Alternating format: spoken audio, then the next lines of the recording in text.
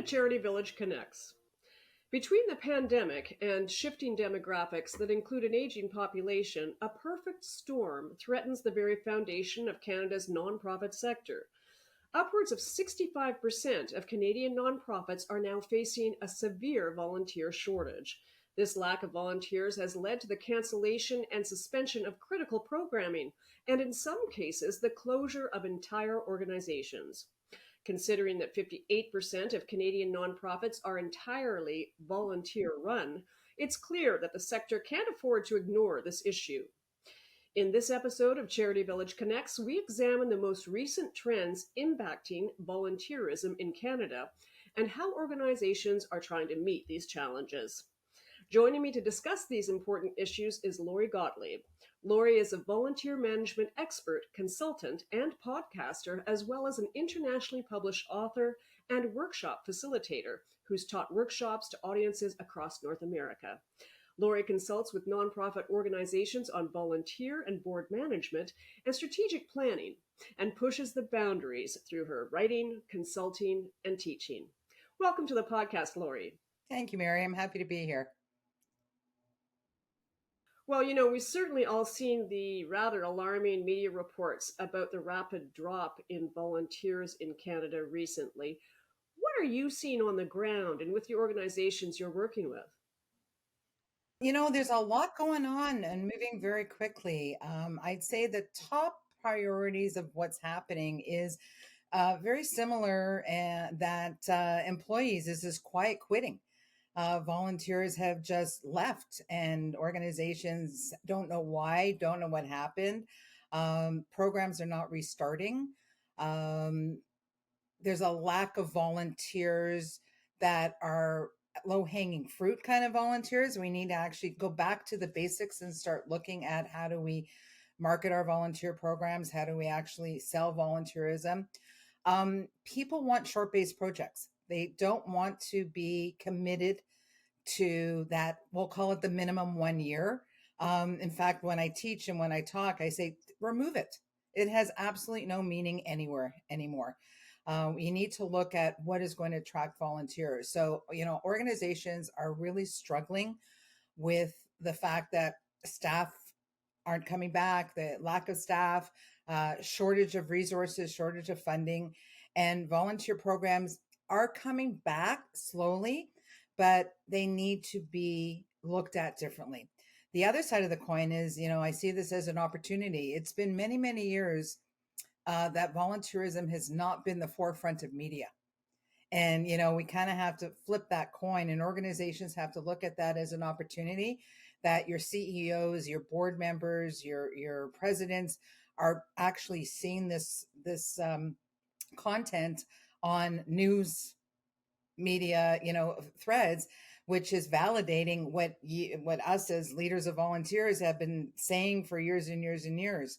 So, organizations need to start looking at it, but, it's just organizations have got to start pivoting and looking at different ways to engage volunteers.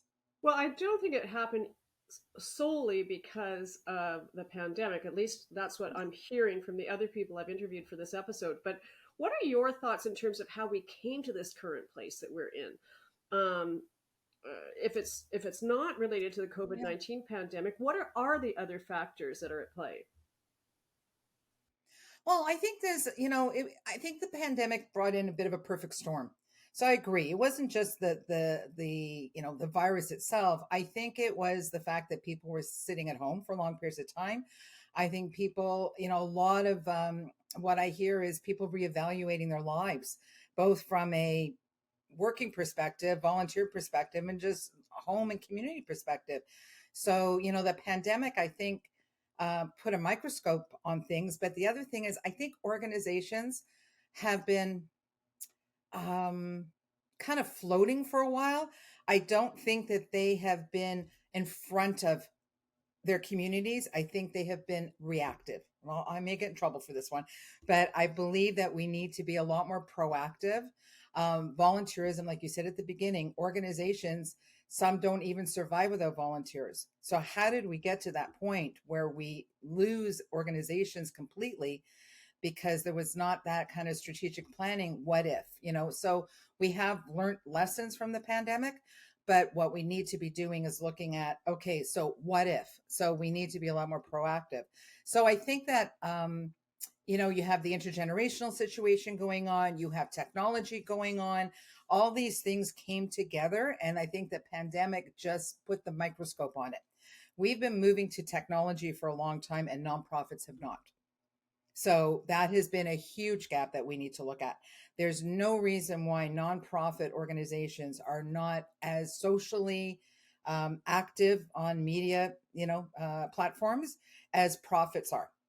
So, when I say I agree with you. Yes, it's not all about the pandemic, but what the pandemic did is, I think, put these highlights in that we're not where everybody else needs to be. So, the world has changed. AI, is changing things. The websites, organizational websites are so outdated in many ways. And that's the face, that's the dress of the organization. And the younger generation, when they're interested in doing volunteering, go immediately to the website. They don't want to talk to anybody yet, and they're going to do their own shopping, just like they learned how to shop when they were in the middle of the pandemic. And so if we don't have, the dressing out there and it looks good, then we're again shooting ourselves in the foot, and organizations are failing and or closing or can't get volunteers, or the volunteer program is not being seen as the valuable asset that it is. I always see volunteerism and the volunteer program as the jewel in the crown. But right now it's struggling. So I'd like to dive in a little deeper on this demographic question.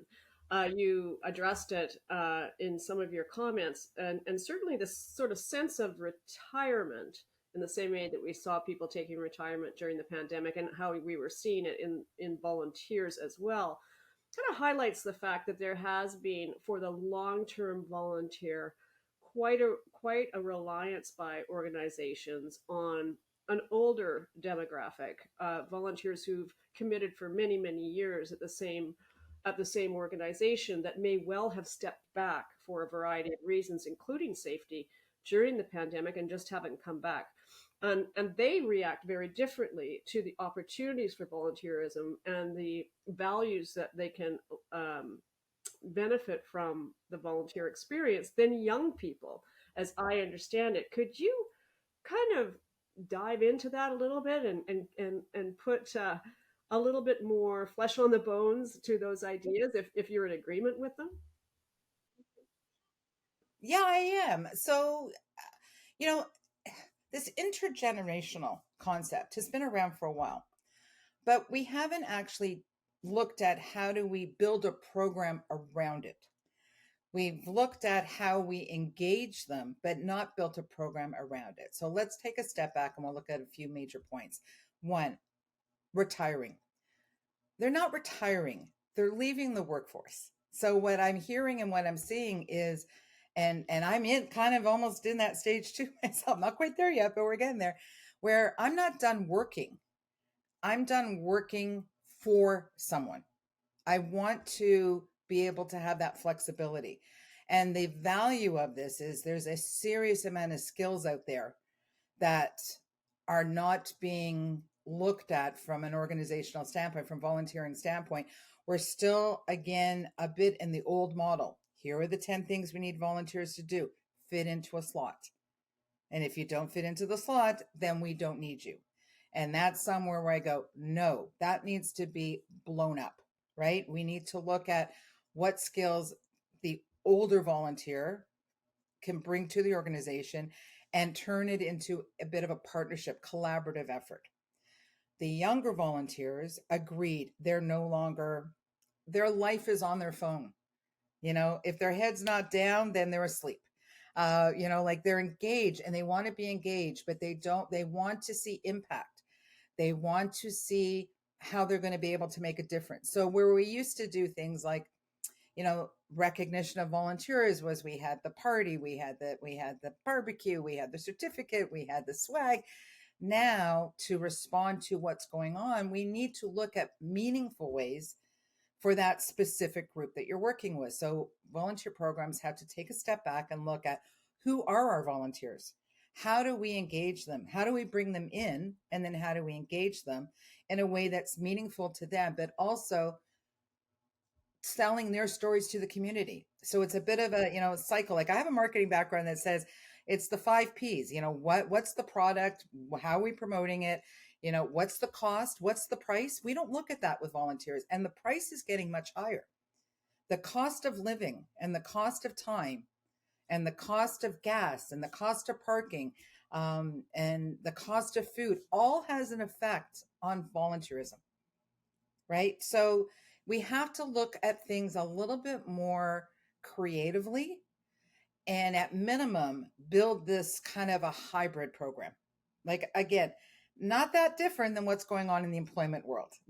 Recently there has been articles about employers reaching out to past employees going, why did you leave? We need to know so we can better manage our, lead our staff. We need to be doing the same thing. Like we need to look more at what's going on out there than, otherwise nonprofits, there's going to be this great divide that's going to happen. So I just think that it's more of a layered approach. There's low hanging fruit as to what volunteers need to be doing. And then there's other things that we need to be creative. So I know during the pandemic or recently, one of the organizations I was talking to says, we can't get Meals on Wheels. And there's really not much you can do about that. Like you'll do the best you can, but then maybe you need to relook at how are we going to serve that community, because you may not get drivers back. You may not with the gas prices. I don't know, what is the economic effect and what is the human effect? So if we can't get the volunteers to do the program, we have to look at the program. So I think that's a fundamental difference where it used to be, this is what we sell. This is our widget. This is what it is that we do. And now we have to look at, can we shift things around? Can that same volunteer opportunity be led into something else? I'll give you an example. Can friendly visiting move to online friendly visiting easily? Of course it is. It can. So here's level number 2. What about a social group where we're teaching skills to people that are homebound? A knitting club, a cooking club, a book club, taking it to that next layer where now these people who have skills can now share those skills both virtually. They can do it from their cottage like I am, and they can do it from anywhere. So it's just that taking that more of a creative approach and not recruiting volunteers, but marketing. We have to look at it with a marketing lens, not a recruitment lens. That's a very interesting idea, because I'm in the business of working with employers and recruitment as a large part of my role.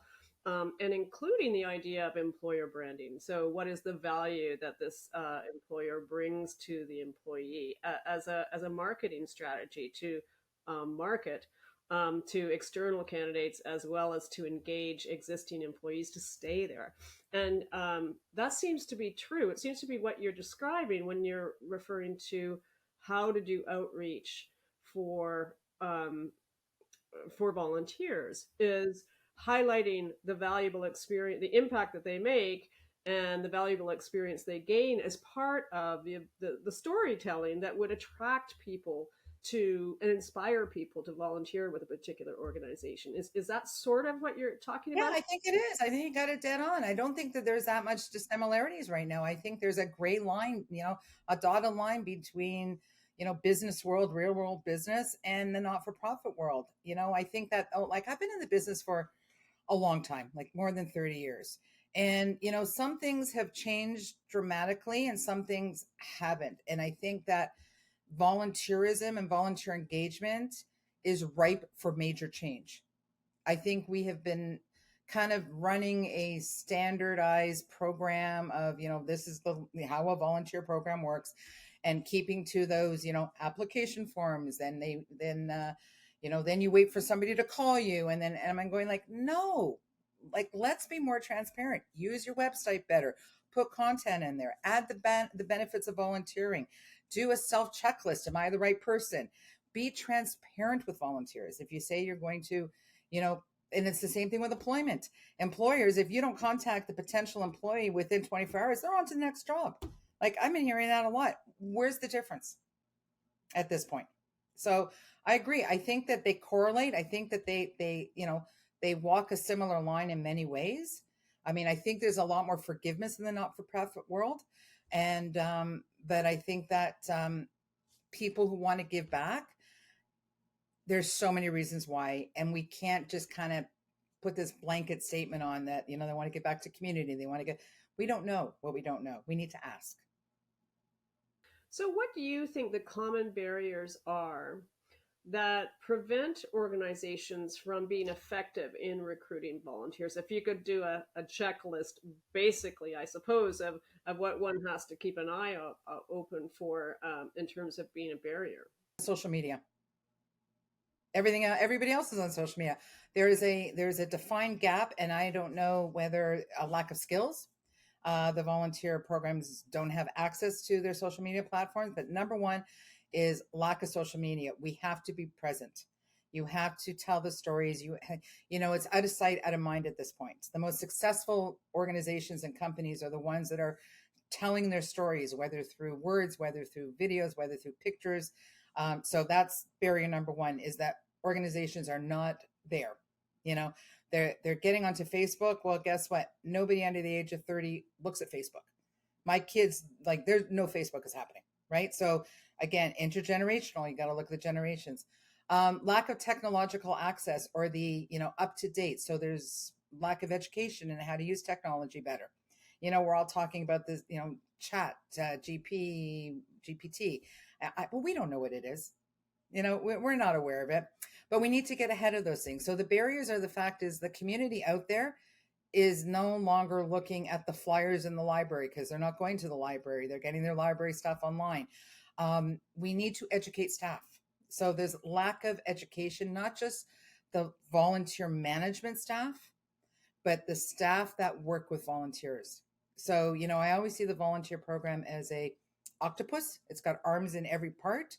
But the barriers are, it's not just the volunteer program that is busy marketing volunteerism. It's everybody in that organization. So there's lack of that collegial approach. The other thing is, we're not talking to each other. We're not sharing resources, tips, tools, networks.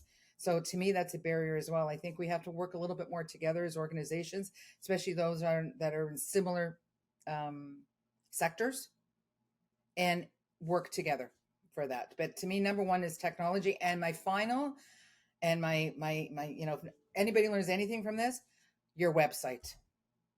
It's got to be better. I always encourage people when I teach a workshop, the first thing is go look at your volunteer management page. Go look at your volunteer page and show it to other people and ask them what's missing here. And 80% of the time, there's a lot, right? It's just real basic stuff. So that needs to be pumped up, because that is your face. That's the dressing, right? So that's, to me, number one. You started that website.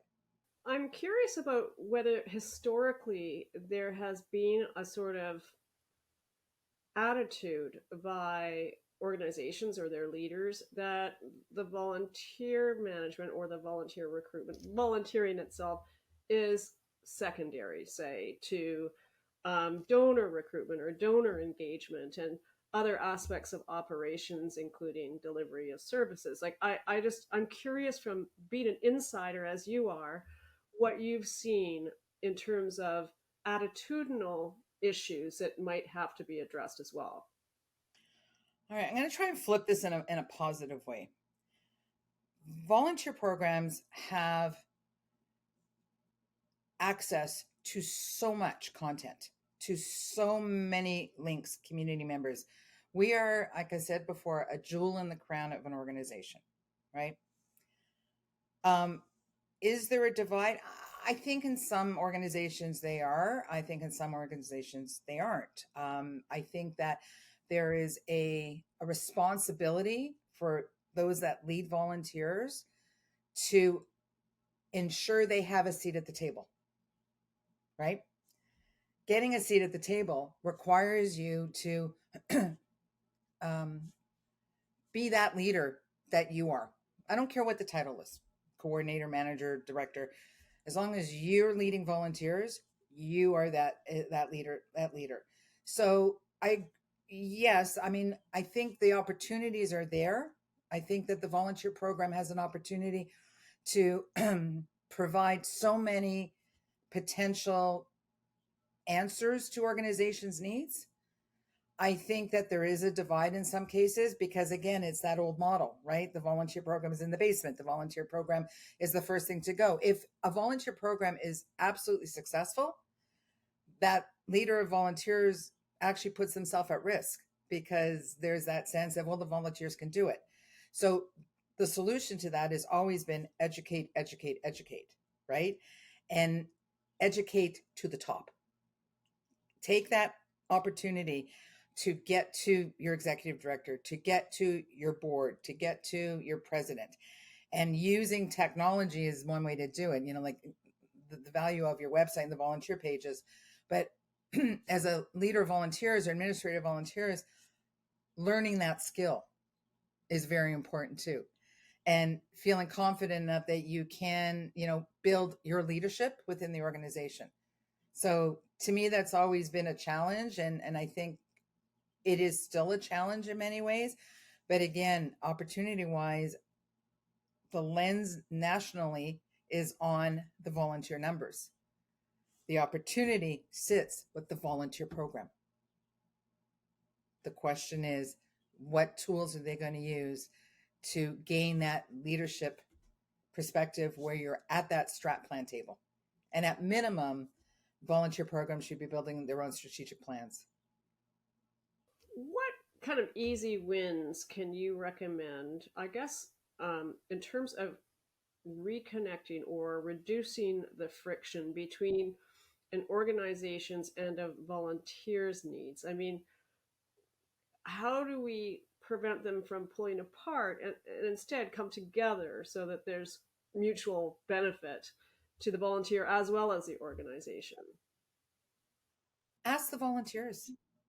So, number one, ask how volunteers want to be supported. Don't guess why volunteers want to be supported, but ask your volunteers to, what is going to help you to be a better volunteer? What value, value proposition do you feel that you're bringing to the organization? How do you want to be recognized? Ask the questions, have the conversations. It's that movement from supervising volunteers to supporting volunteers. Have the conversations with your senior leadership team.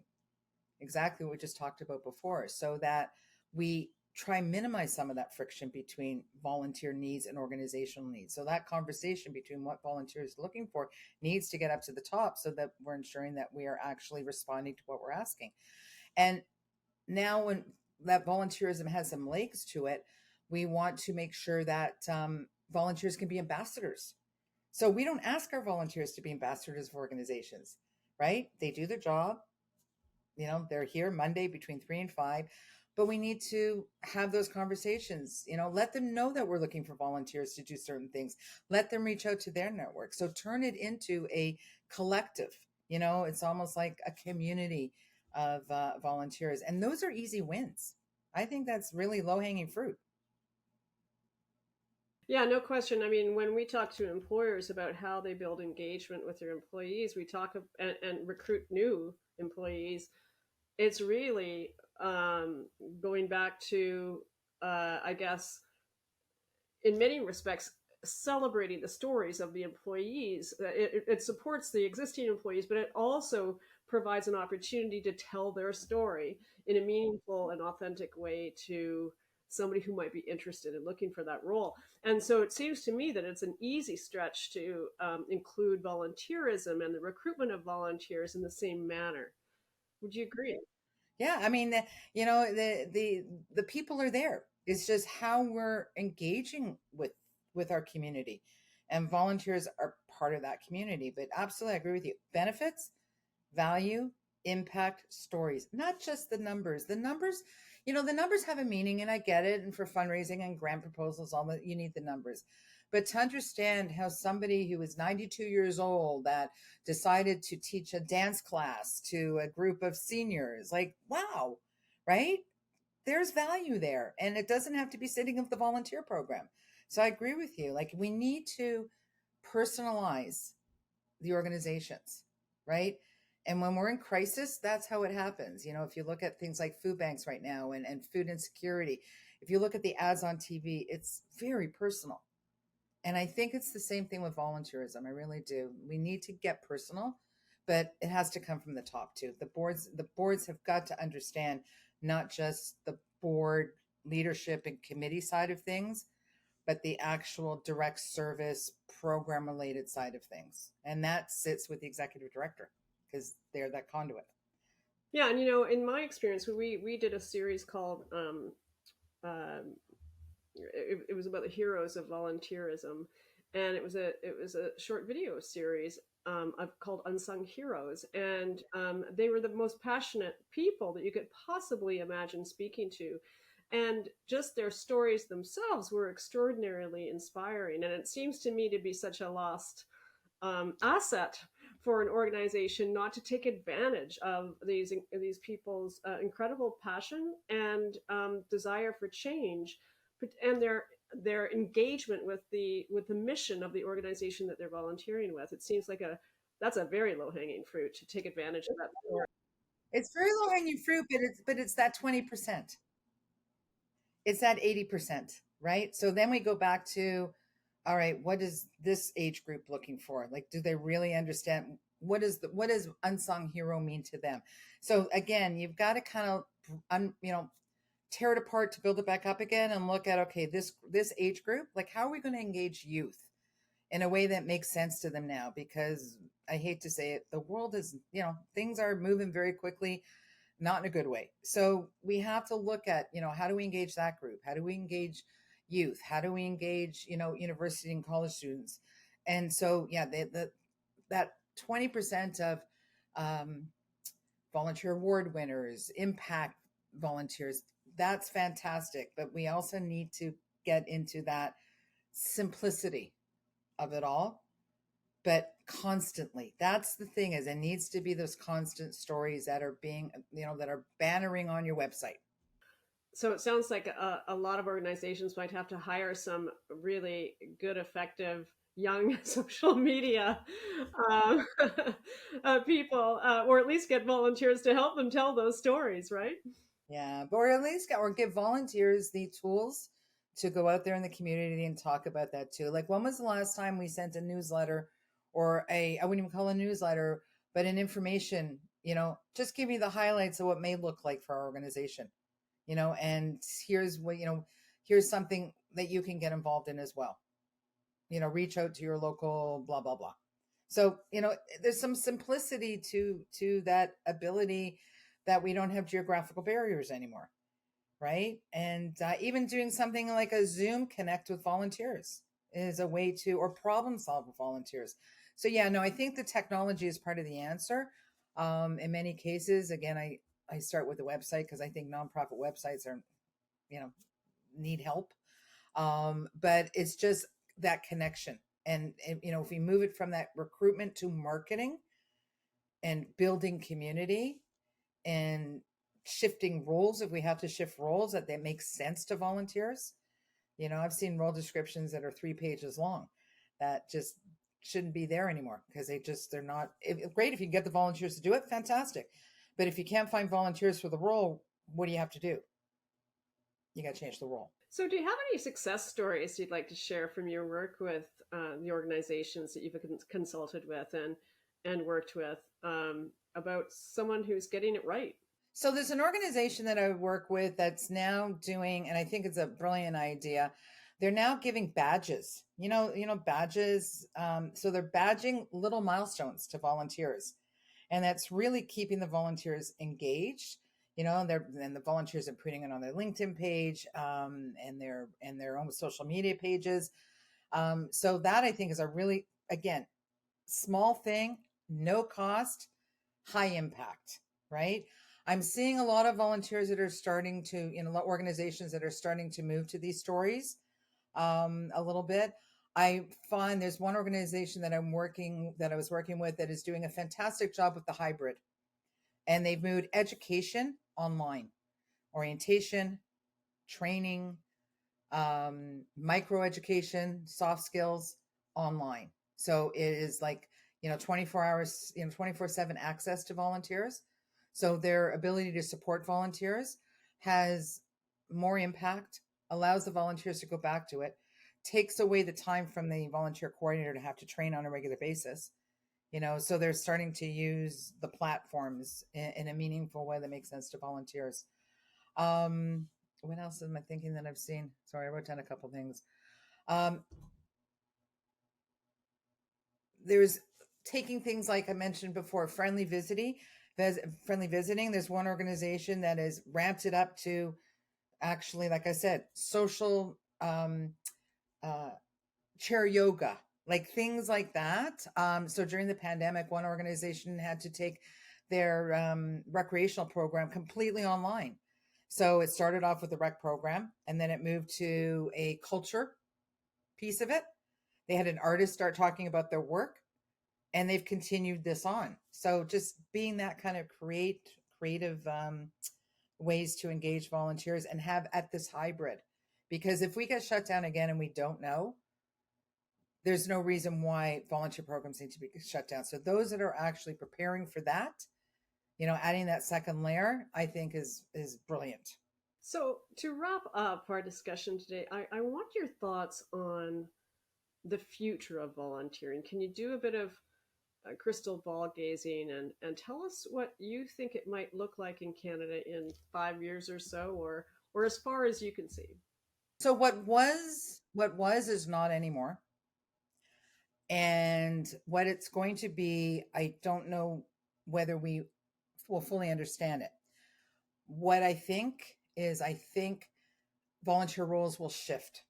I do think that there's going to be a fundamental shift in what volunteers do. So that core business of, manning a gift shop, waiting in waiting rooms and having volunteers. I think there's going to be some fundamental shift in the face-to-face world. I think there's going to be a humongous amount of opportunity for volunteers to connect to community through technology. I think that in the next 5 years, volunteer programs will be more state of the art, less foundational, like we just want to help people, but be more critical to the work that organizations need to do, because as funding is dropping, volunteerism always goes up. It's this cycle, right? So it's a circle. When money goes down, volunteerism goes up. So I think that we're going to have that fundamental shift. And I think that there's going to be more of a need in the next 5 years to show that impact, to prove it. And how critical are young volunteers in that sort of future of volunteerism? I mean, they have to be so crucial. Absolutely. I mean, volunteerism comes from different perspectives. Some of it is cultural. Some of it is how your family, parental, nature versus nurture. I think that the concept of community engagement needs to start at a young age, right? So the young volunteer is critical to the older volunteer, because it doesn't start up in the 60s or 50s. It starts small. It could be informal, but it has to start young. So I think it's critical, and I think it's always been a missed opportunity for many organizations, only by the nature of when volunteers are available. What are the kinds of volunteer work that's happening? So there's always been a struggle, because with the younger volunteers, whether it's school age or young professionals, square peg, round hole, right? We need volunteers here. Here's an opportunity. Here is, if we look at things, and as we move, and we're going to move quicker and faster into the technology world. Like, I mean, you can see people aren't going back to work, right? Employers are trying to get them back to work, and they can't. So because it's turned into this fundamental right of, I want to work from home, and it has a lot of economic, benefits. It's the same thing with volunteering. So the younger volunteer is important, but we need to understand what they want. And we need to be able to, I think we're going to move faster. I think the next 5 years, there's going to be a lot of shifting of how volunteer programs work. The one thing that I think has got to be consistent is that there's somebody who is the conductor of that program. There needs to be a leader of volunteers, because it is a huge program that is supported by a minimal team. Well, Lori, it's been such a pleasure talking to you and learning from you. Your insight and your on the ground perspectives working with nonprofits in Canada have given you really enlightening views on into volunteerism in Canada, and it's greatly appreciated for the organizations that make up our audience and their leaders who might be seeking solutions to these really difficult challenges. So thank you very much for joining us at Charity Village Connects. Thank you very much for the time and the opportunity. I wish everybody well as they travel on this journey. Thanks, Mary.